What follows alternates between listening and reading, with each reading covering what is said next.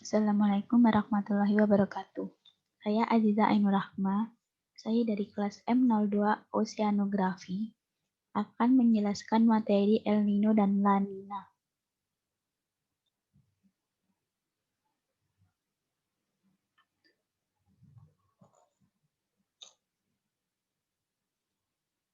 El Nino dan La Nina. Pengertian El Nino dan La Nina. El Nino adalah fenomena memanasnya suhu muka laut di Samudra Pasifik bagian tengah hingga timur. Dampaknya beragam dan sangat luas. Misalnya, ketika terjadi El Nino, maka kawasan Amerika Latin akan mengalami peningkatan curah hujan yang tinggi. Sedangkan kondisi terbalik terjadi di wilayah Indonesia di mana akan terjadi kondisi kering atau kemarau dan berkurangnya curah hujan. La Nina adalah kondisi yang berlawan dengan El Nino, yaitu fenomena turunnya suhu permukaan air laut di Samudra Pasifik dan suhunya lebih rendah dibanding kawasan sekitarnya.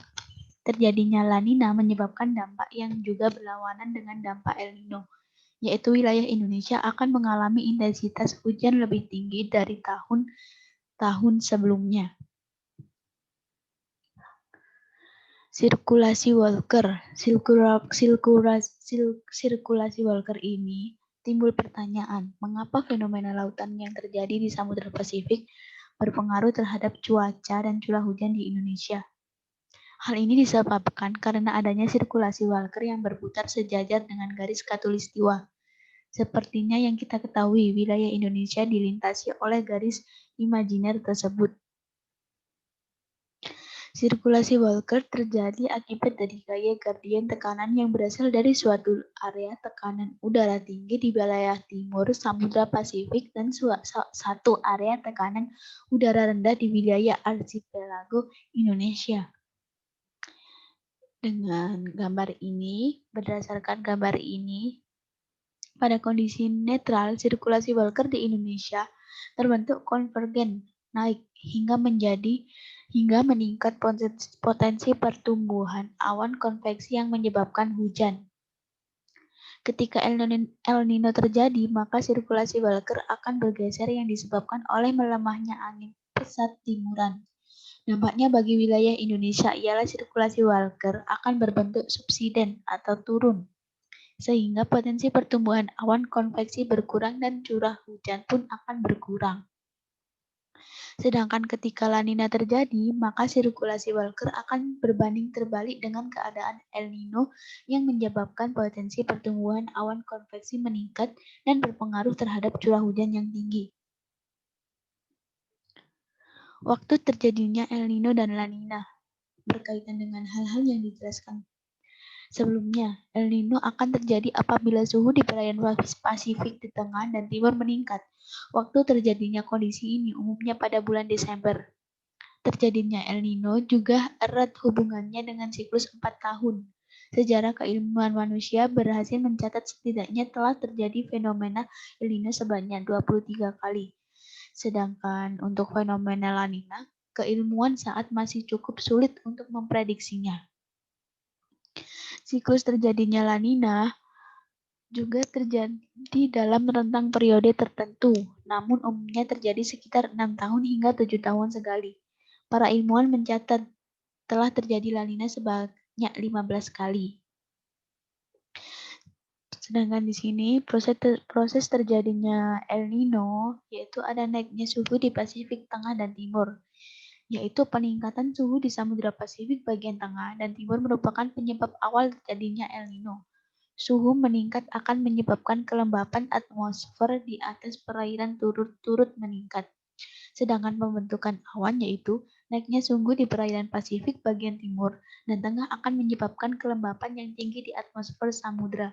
Hal ini memicu terbentuknya awan yang berpotensi meningkatkan curah hujan di kawasan tersebut. Yang ketiga, ada pertumbuhan awan terhambat. Ketika awan telah terbentuk di belahan bumi bagian lain, tepatnya di Samudra Pasifik bagian barat, terjadi peningkatan tekanan udara. Kondisi ini menyebabkan hambatan pertumbuhan awan di atas perairan Indonesia bagian timur.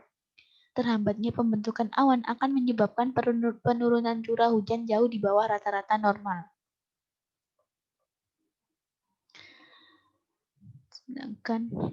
Sedangkan ada proses terjadinya La Nina. Sama halnya dengan fenomena El Nino.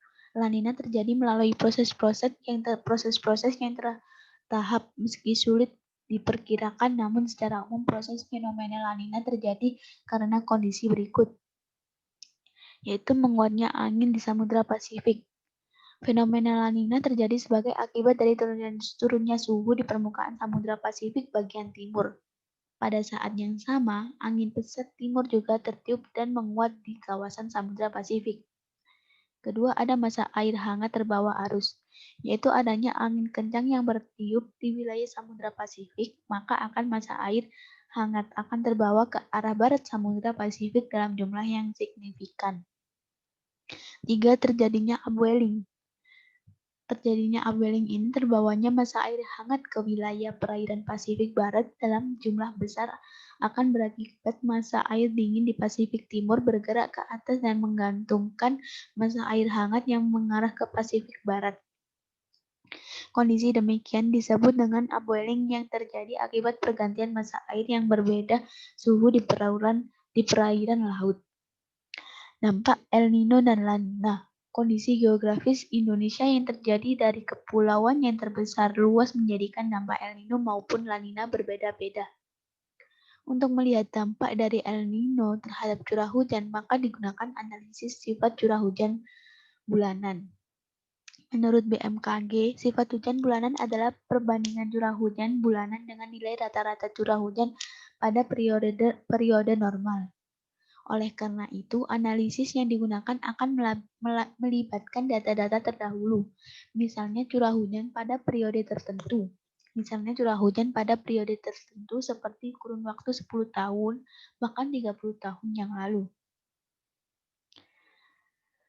Dan dampak El Nino ini dari El Nino secara global, dampak yang ditimbulkan oleh fenomena El Nino adalah melemahnya angin pasar timur, sirkulasi monsun turun, melemah, 3 akumulasi curah hujan di wilayah Indonesia, kawasan Pasifik, ekuatorial tengah dan barat akan mengalami cuaca yang cenderung hangat dan lembab.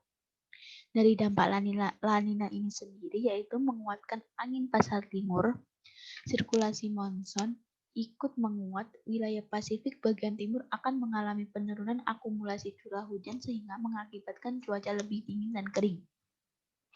Wilayah Pasifik ekuatorial barat seperti Indonesia, Malaysia, dan Australia bagian utara akan berpeluang mengalami curah hujan yang tinggi. Kondisi tersebut disertai cuaca yang lebih hangat dan lembab. Sekian dari saya, terima kasih. Wassalamualaikum warahmatullahi wabarakatuh.